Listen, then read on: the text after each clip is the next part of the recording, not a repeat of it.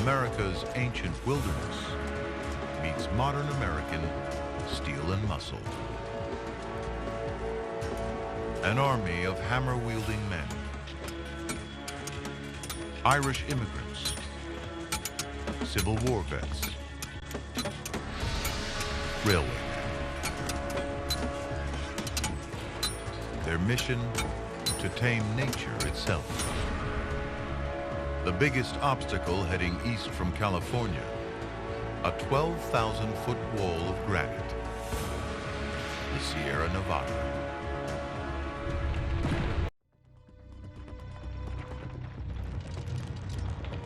Only a madman would dream of running a railroad across mountains like this. They don't call him Crazy Judah for nothing. Obsessed with the railroad, he sees a way through. Come on down, boys. Theodore Judah makes 23 trips into the peaks. And pig that, boys. Plotting a path across ridges and through mountain summits. Building it will be the engineering challenge of the century. Yeah, let's mark that. This is the most magnificent project ever conceived. An enterprise more important to the people of the United States than any other. Good. The railroad will be built, and I will have something to do with it. With Judah's route approved, 2 companies begin work. The Union Pacific starts from Omaha in the east. The Central Pacific from Sacramento in the west. They'll meet in Utah. It will cost over $2 billion in modern money. The government doesn't have enough cash. It pays the companies in federal land. They must finish in 15 years or lose everything. Paid by the mile, adding curves adds profit. Corrupt investors built the railroad for every cent they can. A 9-mile curve means an extra 120 acres of federal land. They'll end up owning an area the size of Texas. First, they must conquer the Donner Pass, 7,500 feet up, the highest on Judah's route. Cursed by 30 feet of snow each winter. Avalanches. Tragedy. Here, just 20 years earlier, the Donner Party became trapped in the snow and ate each other. Now, Judah's railroad cuts right through the mountain. 1,649 feet of rock must be excavated, the longest tunnel on the route. Chinese laborers dig day and night. It's easier to ship workers from China and get Americans across the continent. The railroad magnates said, the Chinese built the Great Wall, didn't they? Let's bring the Chinese in to do this work.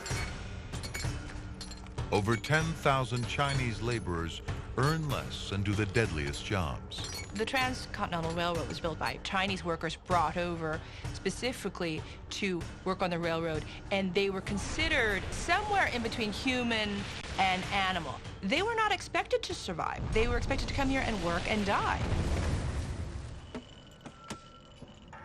7,000 miles from home, 17-year-old Hung Lei Wo swaps a life of poverty in Canton for the back-breaking work on a railroad gang. Hung Lei Wo must cut through granite so tough, a rock the size of a big toe will support a 50-ton locomotive. Progress slows 2 inches a day.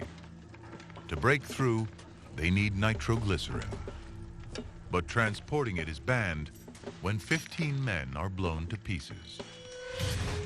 In a mobile lab, Scottish chemist James Houghton mixes it on the spot. Nitroglycerin is 13 times more powerful than gunpowder. So unstable, any physical shock and it will explode in his hands. Houghton gets hazard pay. $4,000 a month in modern money. After 3 months in the mountains, he turns to drink, leaving the nitro to Chinese men like Hung Lei Wo. Irish crews won't touch it.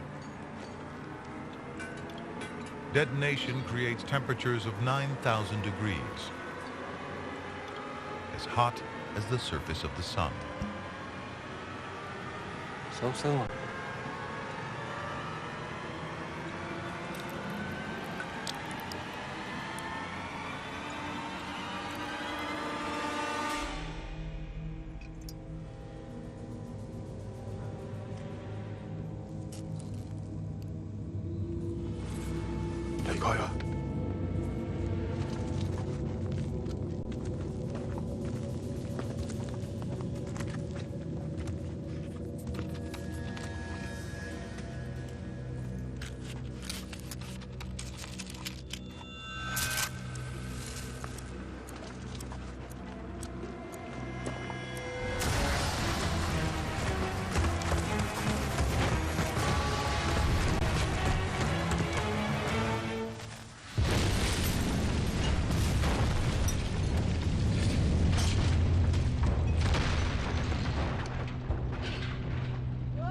An estimated 1,500 Chinese die in explosions and rock slides.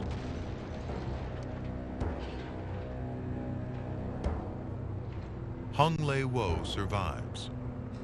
His son will be the first Chinese American to graduate in engineering from the University of California at Berkeley.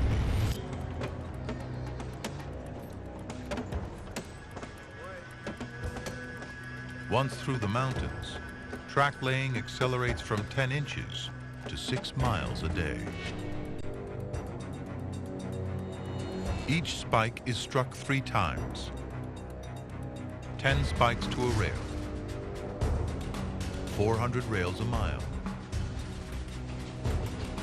21 million hammer swings complete the railway. May 10th, 1869. A one-word message arrives by telegraph. Done. A 6-month journey across the continent is cut to 6 days.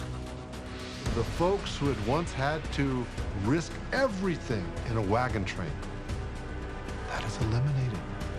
You now can get on the railroad and travel from Boston to Sacramento. That's a revolution.